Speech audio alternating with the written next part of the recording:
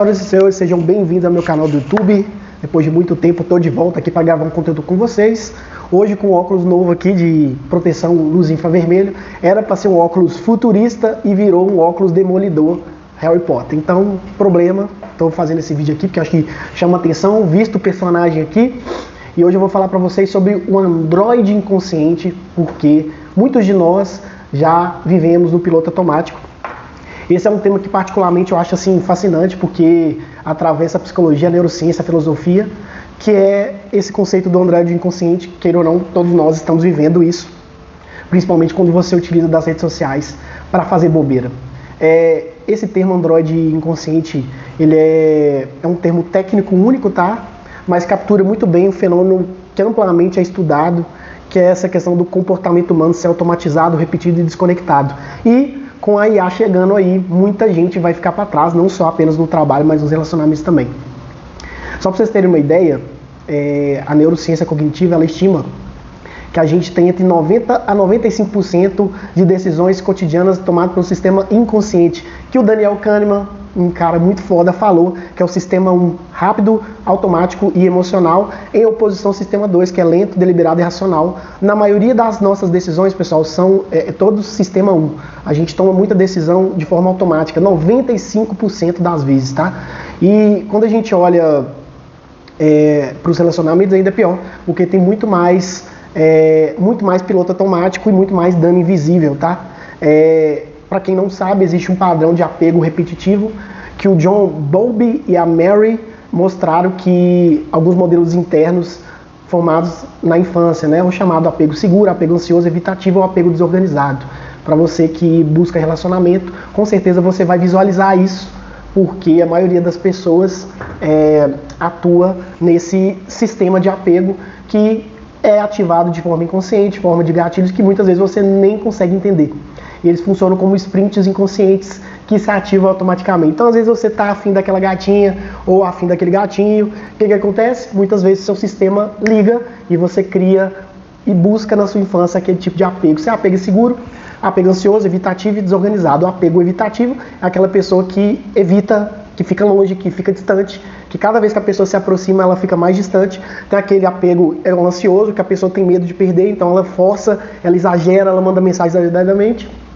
Tem um apego seguro, que é aquele equilibrado, do tipo, tô com você, mas não preciso de você, dá pra gente evoluir. Se você me dá espaço para aproximar, eu me aproximo. Se você dá espaço para se distanciar, eu me distancio. E aquele apego desorganizado, que a pessoa muitas vezes tem um apego ansioso, um apego evitativo, e você nunca sabe. Isso tudo tem raízes na infância, tá, pessoal? Esse apego, ele é dessa forma. Isso é uma das formas do Android inconsciente, que muitas vezes você pode estar vivendo a sua vida, esse processo, sem entender o porquê, porque existe uma raiz da infância.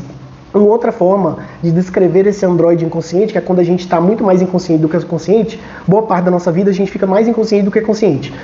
É quando você tira do inconsciente e traz para o consciente. Por isso a terapia, por isso as conversas, os diálogos, as pessoas que podem te ajudar nesse processo. Um outro ponto também muito interessante do Android inconsciente é a transferência e projeção. Porque a psicanálise ela identificou há mais de um século que alguns parceiros se repetem. Muitas vezes você vai estar se relacionando com pessoas parecidas com o seu passado. Isso tem sim uma raiz inconsciente. Muitas vezes você não resolveu aquele processo e aquilo permanece repetindo até que você traga para o consciente e resolva, tá? Um outro ponto também são os gatilhos emocionais automáticos. Aquela famosa frase, né? O sequestro da amígdala. E tem sim, porque a amígdala tem relação direta com o medo, sequestrando o córtex pré-frontal por milissegundos. Então, muitas pessoas explodem do nada, tem reações que ninguém espera. Isso tem sim uma questão inconsciente ali. Tem uma pesquisa também do Matthew Klingstor, de Harvard, que ele mostrou que a mente vaga 47% do tempo em relacionamentos. Então isso se traduz em estar fisicamente presente, mas mentalmente ausente. Isso acontece demais.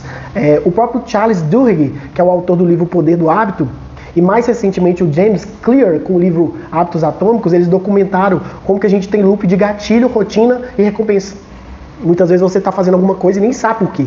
Muitas vezes porque você está no gatilho, rotina e recompensa. Porque governa o nosso comportamento. E, gente, o livre-arbítrio é uma ilusão. Porque o Benjamin Libet, nos anos 80, ele mostrou que nosso cérebro inicia movimentos antes da consciente intenção. Então, quando você quer fazer alguma coisa, você já fez. Antes de fazer, você já pensou. Então, detectaram que a decisão de decidir, ela acontece 10 segundos antes. Então, você aí do outro lado, você que me escuta nesse vídeo no YouTube que eu estou fazendo aqui, esqueça, você é um androide inconsciente. Você é muito mais inconsciente na sua vida do que consciente. E o segredo disso tudo é você tirar o máximo de coisas do seu inconsciente e trazer para o seu consciente, para fortalecer o córtex pré-frontal, para que você possa tomar decisões conscientes. E o maior poder hoje na nossa sociedade, gente, visto todas essas IA, todas as tecnologias, é a possibilidade de você ter clareza do que você quer, do que você não quer, do que você está buscando, nos seus relacionamentos profissionais, pessoais. Isso é, pessoal, poder. Poder é ter clareza, tá? E aí a gente tem um outro conceito também, que é a questão da neuroplasticidade. Foi demonstrado que o nosso cérebro tem essa capacidade de refazer essas porções neurais. E a neuropsicologia chama isso de traços menêmicos. Ou seja, crenças como eu não mereço, vou ser abandonado, dinheiro escasso, elas rodam como um código de fundo. Então, se você não muda, ele continua. E sim, vai doer, você vai ter diarreia, você vai ter dor de cabeça, vai ser difícil mudar o padrão, porque aquilo está incrustado na sua mente, pela história da vida dos seus pais, história da vida dos seus avós. Então, para sair do piloto automático não é fácil. Existe sim esforço. Tudo que é bom é esforço, gente. Virtude é esforço. Pecado é fácil. Virtude é esforço. Então, cada vez mais, como que você muda isso? Terapia, mindfulness, meditação, fortalecer o córtex pré-frontal, aumentar o gap entre estímulo e resposta, terapia específica, acessar e ressignificar padrões inconscientes, journalist reflexivo, que é você imaginar futuros, voltar no passado, imaginar cenários, externalizar fluxo automático, gente, ser observador da sua própria vida, prática de pausa intencional, pare um pouco, não seja como o filme Clique, viva um pouco a sua vida. Veja o que você está fazendo, porque muitas vezes você está tendo algumas atitudes inconscientes e você está reproduzindo padrões que você não quer mais na sua vida.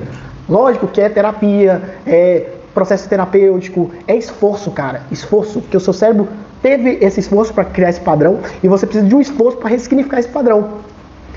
Interromper loops não é fácil, pessoal, antes dessa resposta automática, e aí não existe forma melhor que praticar, vivenciar. Gente, o corpo, ele guarda padrões que a mente racionaliza. Então, abordagens como a Somatic Experience acessa isso. Muitas vezes, algumas dores são somatizadas. Então, é um processo infinito de busca por tirar do seu inconsciente e colocar do seu consciente. A vida é isso. A vida é essa busca. O próprio Gurdjieff, que criou inclusive o Enneagrama, que é uma ferramenta de desenvolvimento pessoal, ele dizia que nós humanos somos máquinas que não dormem. Não, máquinas que dormem. Vivemos em transe, acreditamos estar acordados. A proposta de tradições contemplativas da psicologia profunda e hoje da neurociência converge no mesmo ponto, que é o que ele já falava lá, que somos máquinas que dormem. E hoje a neurociência, a psicologia vem definindo exatamente isso. Gente, consciência é uma conquista. Você tem que conquistar a consciência, porque o inconsciente ele já está aí, é 95% de tudo que você faz. E por que eu estou falando isso? Porque eu vivi situações nos últimos meses que eu percebi que tem muita coisa ainda inconsciente na minha vida que eu não trouxe para o consciente. E trazer isso é um processo de se hackear, de melhorar a sua situação. Ser um androide não é o problema. O problema é você permanecer um androide da sua vida automática. Quais áreas da sua vida você quer acordar? Quais áreas da sua vida você quer tirar do seu inconsciente? Bem, esse conteúdo foi rápido, espero que você goste. Se você tem alguma dificuldade, manda aqui no chat pra gente conversar aqui no comentário. Muito obrigado e até a próxima. Valeu!